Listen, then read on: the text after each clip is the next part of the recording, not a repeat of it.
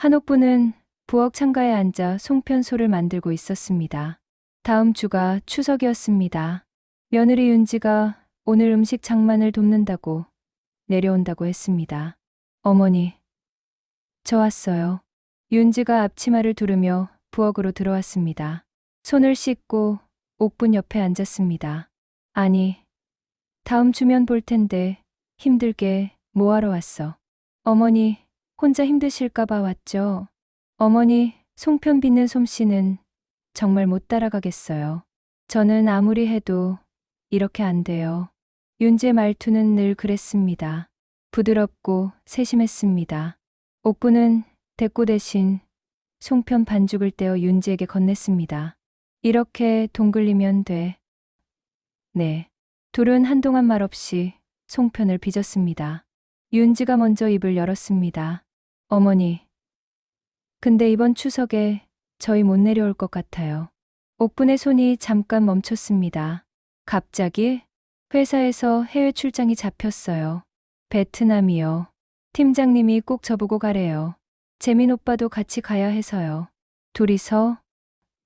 네. 회사 프로젝트라 어쩔 수가 없어요. 윤지는 미안한 표정을 지었습니다. 옥부는 송편 하나를 더 집어 올렸습니다. 윤지가 송편을 빚다 말고 옥분의 손을 잡았습니다. 추석 지나고 같이 강원도 여행 가요, 어머니. 저희가 해외는 모시고 못 가도 국내는 한 번씩 갈 수 있어요. 옥부는 잠시 침묵했다가 말했습니다. 너네들 먹고 살기도 바쁜데 무슨 돈도 없는데 나는 신경 쓰지 마라. 아니에요. 어머니, 꼭 모시고 갈게요. 윤지는 환하게 웃었습니다. 옥부는 고개를 끄덕였습니다. 그때 카카오톡 알림음이 울렸습니다. 저녁 무렵 윤지가 반찬을 함께 싸며 말했습니다. 어머니, 이거 냉장고에 넣어두세요. 추석 동안 드실 거 다 준비했어요. 고맙다. 잠깐만요. 윤지가 앞치마를 벗으며 휴대폰을 들었습니다. 화면엔 단톡방 알림이 쉴 새 없이 떴습니다. 윤지는 손가락을 빠르게 움직이다가 휴대폰을 탁자에 내려놓았습니다. 그때였습니다. 화면이 꺼지기 전 잠금화면 상단에 짧게 보였습니다. 추석 베트남 가족여행 단톡이라고 써있는 글자가 보였습니다. 옥부는 아무 말도 하지 않았습니다. 윤지는 그 시선을 눈치채지 못한 채 가방을 챙겼습니다. 어머니, 올라갈게요. 출장 다녀와서 바로 연락드릴게요. 문이 닫혔습니다. 옥부는 탁자 위에 놓인 휴대폰 자리를 한참 바라봤습니다. 출장이라고 했는데 가족 여행이라니 친정 식구들이랑 가는 거겠지. 시계 초침 소리가 유달리 크게 들려왔습니다. 옥부는 냉장고에 차곡차곡 쌓인 반찬통들을 바라봤습니다. 윤지가 싸준 취나물, 김치, 나물들. 혼자 먹으라고 준비해 둔 것들이었습니다. 반찬 가게에서 사온 것 같은 포장이었습니다. 그날 저녁, 옥부는 시장에 나갔습니다. 비치 모자 2개를 샀습니다. 하나는 자신 것, 하나는 윤지 것이었습니다. 현관 옆에 놓인 쇼핑백, 그 안에 비치 모자 2개. 옥부는 창밖을 바라보며 차를 마셨습니다. 추석이 일주일 앞으로 다가왔습니다. 휴대폰 진동음이 울렸습니다. 추석 사흘 전 옥군의 휴대폰에 윤지에게서 문자가 왔습니다. 어머니, 출장 일정 확정됐어요. 정말 죄송해요. 추석 당일 오전 출국이에요. 옥부는 문자를 읽고 천천히 답장을 쳤습니다. 그래, 조심해서 다녀와라. 잠시 후 윤지에게서 전화가 걸려왔습니다. 어머니, 혹시 공항까지 김치 좀 가져다 주실 수 있으세요? 출국 전에 받아갈게요. 김치를? 네. 베트남 현지 직원들 선물로 좋을 것 같아서요. 어머니, 김치가 최고잖아요. 옥부는 잠시 말이 없었습니다. 그래. 알았다. 감사해요. 어머니, 오시면 제가 공항 주차장으로 나가서 받을게요. 전화를 끊고 옥부는 김치를 꺼내 통에 담았습니다. 정성스럽게 담근 배추김치였습니다. 추석 당일 아침 옥부는 김치통을 들고 공항으로 향했습니다. 윤지가 말한 주차장에 도착했습니다. 윤지와 재민이 큰 캐리어를 끌고 나타났습니다. 둘 다 여행복 차림이었습니다. 어머니, 오셨어요? 고생하셨어요. 윤지가 환하게 웃으며 김치통을 받았습니다. 재민은 휴대폰만 보고 있었습니다. 이거 거래처 사람들 주는 거냐? 네. 베트남 직원들이 한국 음식 되게 좋아한다고 하더라고요. 윤지가 김치통을 캐리어에 넣으며 말했습니다. 재민이 시계를 보며 말했습니다. 우리 들어가야 돼. 시간 없어. 엄마, 다녀와서 연락할게요. 그래. 잘 다녀와라. 옥부는 담담하게 말했습니다. 어머니, 다녀와서 연락드릴게요. 강원도 여행 꼭 가요. 윤지가 손을 흔들며 출국장 안으로 사라졌습니다. 재민은 고개만 한번 끄덕였습니다. 공항 안내, 방송 소리가 들려왔습니다. 옥부는 한참을 그 자리에 서 있었습니다. 출국장을 바라보다가 천천히 발걸음을 돌렸습니다.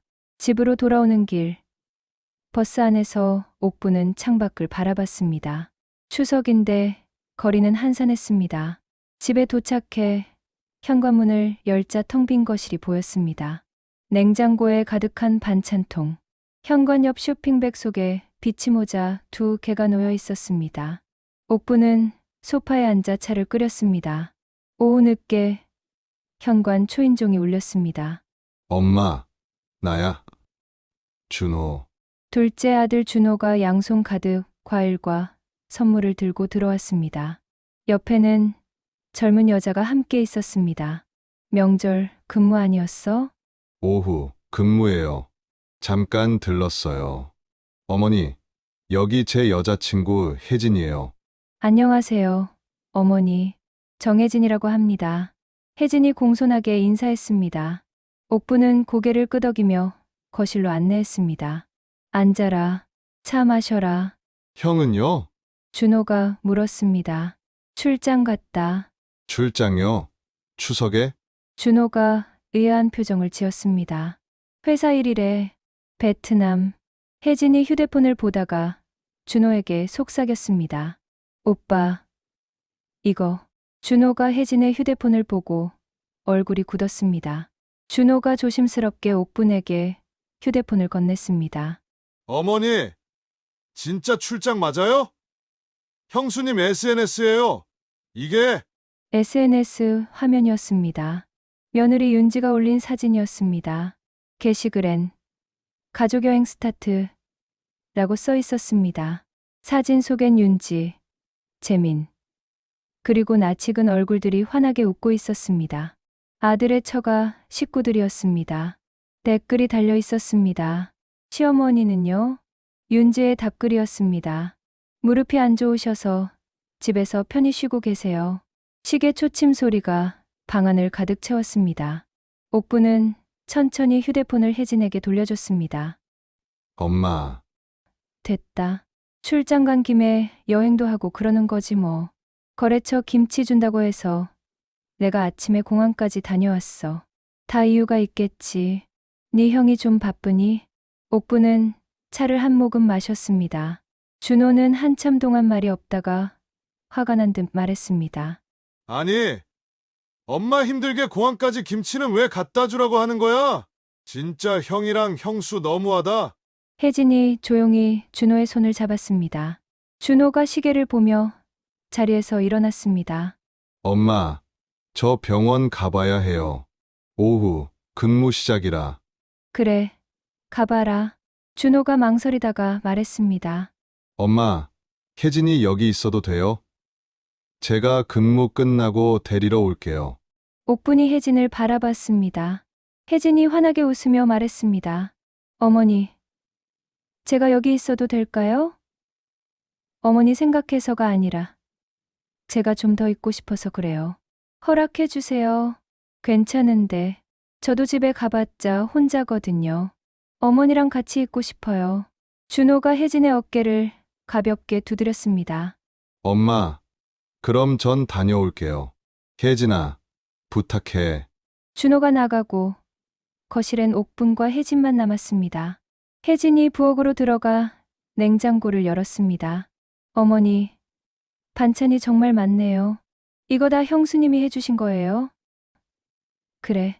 근데 이거 혼자 다 드시기엔 너무 많은데. 우리 같이 먹어요. 제가 저녁 차려드릴게요. 혜진은 능숙하게 반찬을 꺼내 상을 차렸습니다. 옥분이 말렸지만 혜진은 웃으며 손을 흔들었습니다. 준호 씨가 바쁘다고 해서 저 저녁 혼자 먹는 줄 알고 아쉬웠는데 이렇게 어머니랑 같이 먹을 수 있어서 너무 좋아요. 저녁상이 차려졌습니다. 혜진이 옥분 앞에 밥그릇을 놓으며 말했습니다. 어머니, 맛있게 드세요. 너도 먹어라. 둘은 말없이 밥을 먹었습니다. 혜진이 먼저 입을 열었습니다. 어머니, 무릎은 괜찮으세요? 응. 형수님이 SNS에 무릎이 안 좋으셔서 집에서 쉬신다고 썼던데. 옥분은 잠시 말이 없었습니다. 괜찮아. 멀쩡해. 그럼 다행이에요. 혜진이 웃으며 말했습니다. 그리고 조심스럽게 덧붙였습니다. 어머니, 내일 시간 되세요? 왜? 제가 바다 근처 펜션 예약했거든요. 준호 오빠가 내일 쉬는 날이라 같이 가려고요. 어머니도 같이 가실래요? 어머니 꽃 좋아하신다는 얘기 듣고 제가 정원에 국화가 예쁘게 핀 숙소로 예약했어요. 옥분이 혜진을 바라봤습니다. 너희들끼리 가거라. 나는 괜찮아. 아니에요. 어머니 모시고 가고 싶어요. 준호 오빠도 그러고 싶대요. 혜진이 가방에서 무언가를 꺼냈습니다. 약봉투와 보냉 가방이었습니다. 이거 어머니 드시는 약이랑 영양제예요. 준호 오빠가 챙겨달래서요. 그리고 이건 제가 만든 반찬이에요. 이런 것까지. 어머니, 저도 우리 할머니 많이 그리워요. 할머니 생각하면서 준비했어요. 혜진의 목소리가 조금 떨렸습니다. 혜진이 현관 쪽을 보다가 쇼핑백을 발견했습니다. 어머니, 이거 뭐예요? 혜진이 쇼핑백을 열었습니다. 비치 모자 2개가 들어 있었습니다. 이거 정말 예쁘다. 어머니, 이거 저랑 쓰면 안 될까요? 옥분은 한참을 혜진을 바라보다가 고개를 끄덕였습니다. 그래. 혜진이 환하게 웃었습니다. 감사해요. 어머니, 내일 바다 가서 같이 써요. 사진도 찍고요. 멀리서 파도 소리가 들려왔습니다. 옥분은 창밖을 바라봤습니다. 혜진이 설거지를 하는 소리가 들렸습니다. 추석 밤이 깊어가고 있었습니다. 다음 날 아침, 준호의 차는 바다로 향했습니다. 옥분은 조수석에, 혜진은 뒷좌석에 앉아 있었습니다. 엄마, 날씨 좋죠? 그래. 펜션에 도착하자 혜진이 말한 대로 정원에 국화가 만개해 있었습니다. 노란색, 흰색, 자주색 국화들이 바람에 흔들렸습니다. 어머니, 예쁘죠? 제가 여기저기 찾아봤어요. 혜진이 옥분의 팔을 살짝 잡으며 말했습니다. 옥분은 국화를 한참 바라봤습니다. 예쁘네. 짐을 풀고 점심을 먹으러 나갔습니다. 바다가 보이는 식당이었습니다. 준호가 메뉴판을 보며 말했습니다. 엄마, 뭐 드실래요? 아무거나. 회 어때요? 여기 회가 유명하대요. 식사가 나왔습니다. 준호가 회를 접시에 담아 옥분 앞에 놓았습니다. 혜진은 초고추장을 조심스럽게 덜어주었습니다. 혜진의 휴대폰이 울렸습니다. 혜진이 화면을 보고 표정이 굳었습니다. 오빠, 이거. 준호가 휴대폰을 보고 얼굴이 일그러졌습니다. 옥분이 물었습니다. 뭔데? 아니에요. 엄마, 아무것도 아니에요. 하지만 준호의 손은 떨리고 있었습니다. 옥분이 혜진의 휴대폰을 집어서 화면을 봤습니다. 윤지의 SNS였습니다. 방금 전 올라온 사진이었습니다. 베트남의 고급 레스토랑, 윤지, 재민, 그리고 친정 부모님이 샴페인을 들고 환하게 웃고 있었습니다. 캡션이 달려 있었습니다. 가족들과 함께하는 특별한 시간. 평생 잊지 못할 추석. 댓글들이 달려 있었습니다. 부럽다. 효녀네. 명절인데 시어머니도 모시고 가야지. 시어머니는 무릎 아프셔서 집에서 쉬고 계세요. 준호가 휴대폰을 낚아채듯 받아들고 벌떡 일어났습니다. 형한테 전화할게요. 앉아. 옥분이 조용히 말했습니다. 엄마, 앉아라. 밥이나 먹어라. 옥분은 담담하게 회를 입에 넣었습니다. 준호는 주먹을 쥐고 앉았습니다. 식사를 마치고 펜션으로 돌아왔습니다. 준호가 밖으로 나가 전화를 걸었습니다. 혜진과 옥분만 거실에 남았습니다. 혜진이 가방에서 작은 케이스를 꺼냈습니다. 어머니, 이거 혈압 재는 거예요. 제가 한번 재드릴게요. 너 이런 거 어떻게 하냐? 저 요양보호사 자격증 있어요. 작년에 할머니 돌아가시기 전에 직접 돌봐드리고 싶어서 땄어요. 혜진의 목소리가 떨렸습니다. 그래서 할머니랑 마지막 6개월을 같이 보냈어요. 병원 안 가시고 집에서 편하게 지내고 싶다고 하셔서요. 옥분이 혜진을 바라봤습니다. 혜진의 눈가가 붉어졌습니다. 어머니 보니까 우리 할머니 생각나요. 할머니도 혼자 계실 때가 많으셨거든요. 자식들은 다 바쁘다고. 혜진이 눈물을 훔쳤습니다. 그때 제가 더 자주 못 찾아뵌 게 너무 후회돼요. 그래서 어머니한테라도 잘해드리고 싶어요. 준호가 들어왔습니다. 얼굴이 상기되어 있었습니다. 형한테 전화했어요. 근데 안 받네요. 문자 남겼어요. 뭐라고? 형이 엄마한테 사과 안 하면 저 형이랑 안 볼 거라고요? 옥분이 한숨을 쉬었습니다. 그럴 것까지야. 아니에요.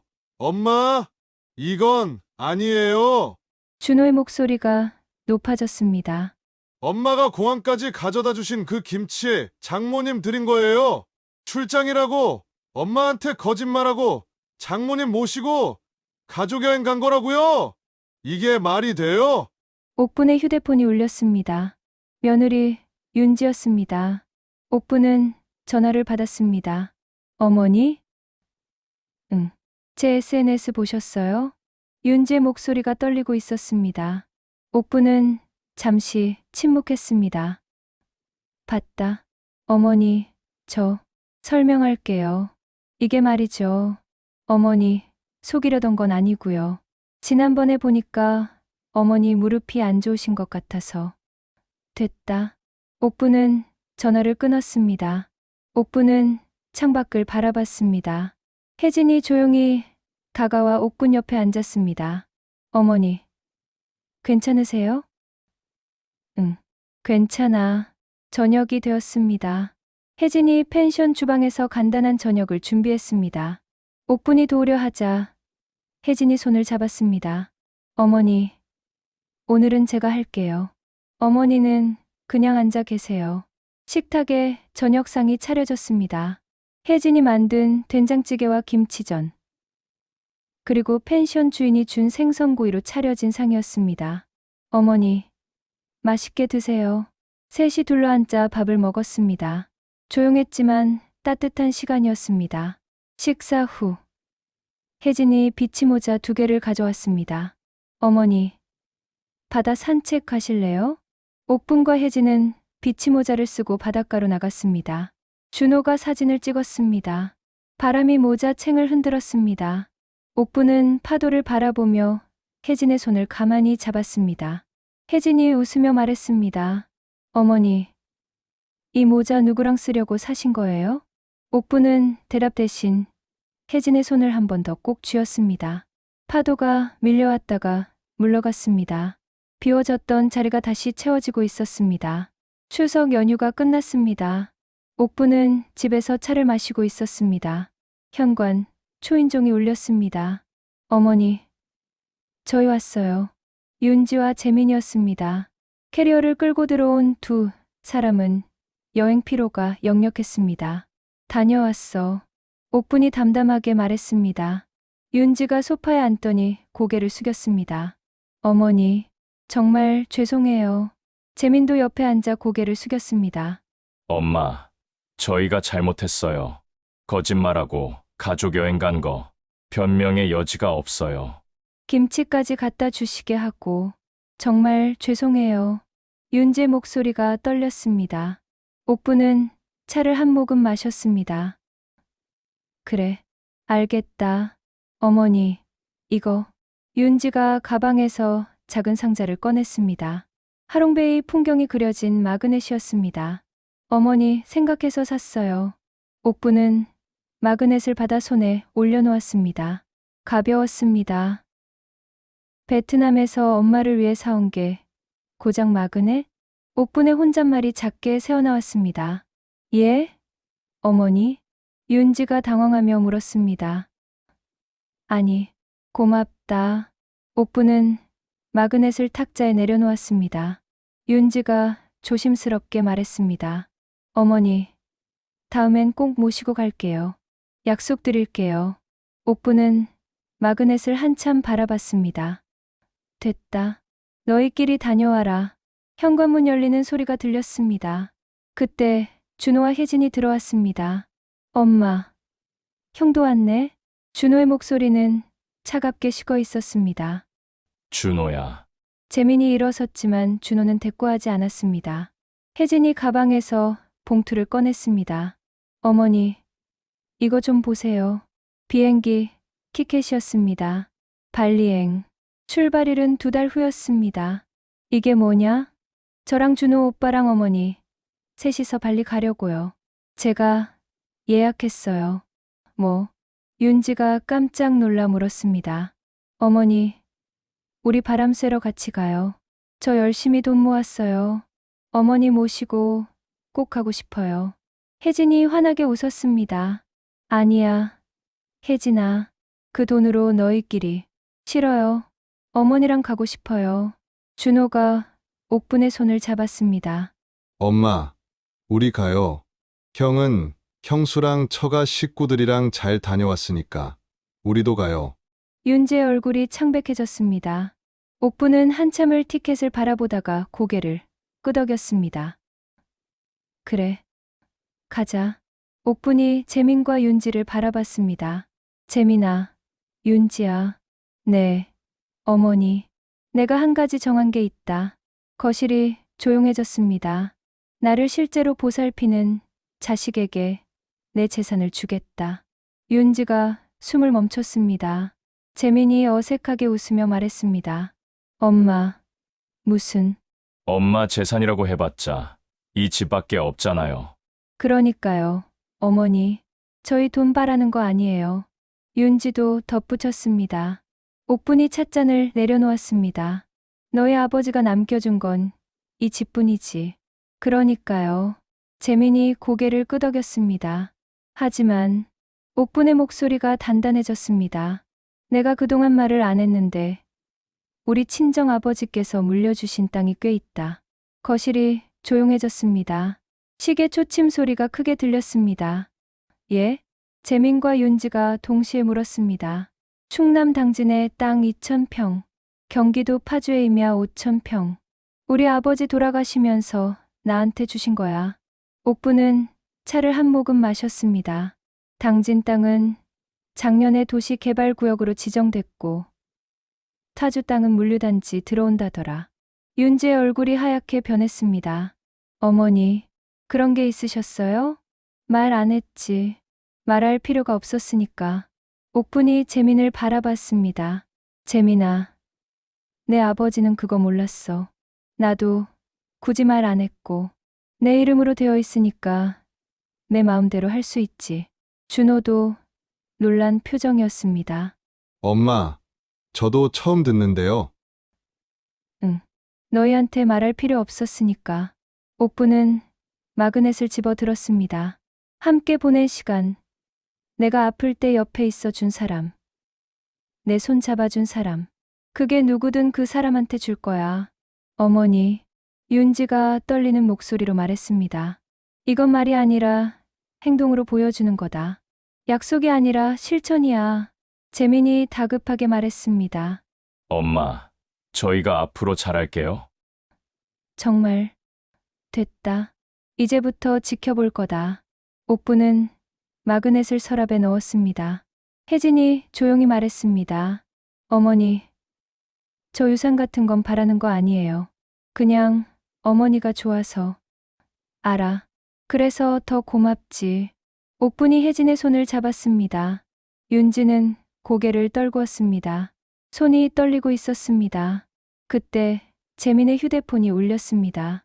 화면에 뜬 이름을 본 재민의 얼굴이 굳었습니다. 윤지의 친정 아버지였습니다. 재민이 소파에서 일어나 베란다로 향했습니다. 네. 장인어른, 알겠습니다. 짧은 통화를 마치고 돌아온 재민의 얼굴은 일그러져 있었습니다. 윤지가 걱정스런 얼굴로 다가갔습니다. 또 장인어른 전화야. 여행 내내 그 괴팍한 성경 맞추느라 얼마나 힘들었는데 거래처랑 계약 이어준다더니 그것도 다 무산됐잖아. 재민이 억눌렀던 불만을 터뜨렸습니다. 윤지가 어이없다는 표정으로 말했습니다. 아빠는 잘해보려다 안 된 거지. 그런 걸로 화를 내? 잘해보려다. 확실하다더니 이제 와서 이러시면 어떡해. 당신이 제대로 못한 거잖아. 얼른 가서 해결해. 윤지도 화를 내고 나갔습니다. 재민은 급히 짐을 챙겨 뒤따라 나갔습니다. 옥분과 준호, 혜진은 조용히 그 광경을 지켜봤습니다. 거실이 조용해졌습니다. 준호가 허탈하게 웃으며 말했습니다. 엄마, 보셨죠? 저게 형이랑 형수 진짜 모습이에요. 윤지와 재민이 나간 후 준호가 물었습니다. 그런데 엄마, 진짜 그런 땅 있어요? 있지. 혜진이 말했습니다. 어머니. 근데 땅 얘기 안 하셔도 됐잖아요. 옥분이 창밖을 바라보며 말했습니다. 말해야 알지. 누가 진심인지, 누가 계산하는지. 달력이 빠르게 넘어가고 2달이 흘렀습니다. 그 사이 윤지와 재민은 매주 전화를 해왔습니다. 하지만 옥분의 냉장고에는 혜진이 만든 반찬이, 식탁에는 준호가 가져온 꽃이 놓여 있었습니다. 주말이면 혜진과 준호의 발소리가 현관에 울렸습니다. 말로만 효도를 하는 첫째, 재민과 윤지와 달리 둘째 준호와 혜진은 실천과 진심으로 어머니를 대했습니다. 파도 소리와 갈매기 울음소리가 들려오는 발리의 해변에 도착했습니다. 옥분, 준호, 혜진이 비치 모자를 쓰고 백사장을 걷고 있었습니다. 그 모자는 바로 추석 전에 샀던 그 비치 모자였습니다. 어머니, 저기 봐요. 석양이 정말 예쁘다. 혜진이 손을 잡아 끌었습니다. 준호가 사진을 찍었습니다. 엄마, 여기 앉으세요. 준호가 백사장에 자리를 펴고 혜진이 물을 떠와 조격을 준비했습니다. 옥분은 두 사람의 뒷모습을 바라봤습니다. 서로를 위해 움직이는 두 사람. 그 모습에서 옥분은 진심을 보았습니다. 석양이 바다를 물들이고 있었습니다. 혜진이 옥분 옆에 앉아 조심스럽게 물었습니다. 어머니, 행복하세요? 옥분은 고개를 끄덕였습니다. 고맙다. 이런 곳까지 데려와줘서. 혜진이 옥분의 손을 꼭 잡았습니다. 제가 더 감사하죠. 어머니를 만나서. 준호가 다가와 옥분의 어깨를 안았습니다. 엄마, 앞으로 좋은 곳 더 많이 함께 다녀요. 저보다 혜진이가 엄마를 너무 좋아한다니까요. 엄마도 나보다 혜진이를 더 찾고 저 질투나요. 옥분은 석양을 바라보며 생각했습니다.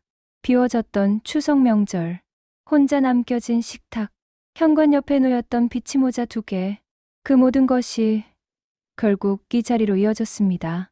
말이 아니라 행동으로 보여주는 사람, 아무것도 바라지 않고 그저 좋아서 손 내미는 사람, 말뿐이 아닌 진심으로 대하는 사람, 그런 사람이 결국 가장 큰 것을 받는다는 것을 옥분은 이제 알았습니다. 가족은 혈연으로 정해지는 것이 아니라 마음으로 만들어지는 것임을. 파도가 밀려왔다가 물러갔습니다. 비워졌던 자리는 이제 진심으로 채워져 있었습니다. 옥분은 혜진과 준호의 손을 꼭 잡았습니다. 세 사람의 그림자가 석양 속에 길게 드리워졌습니다. 작게 파도 소리가 들려왔습니다.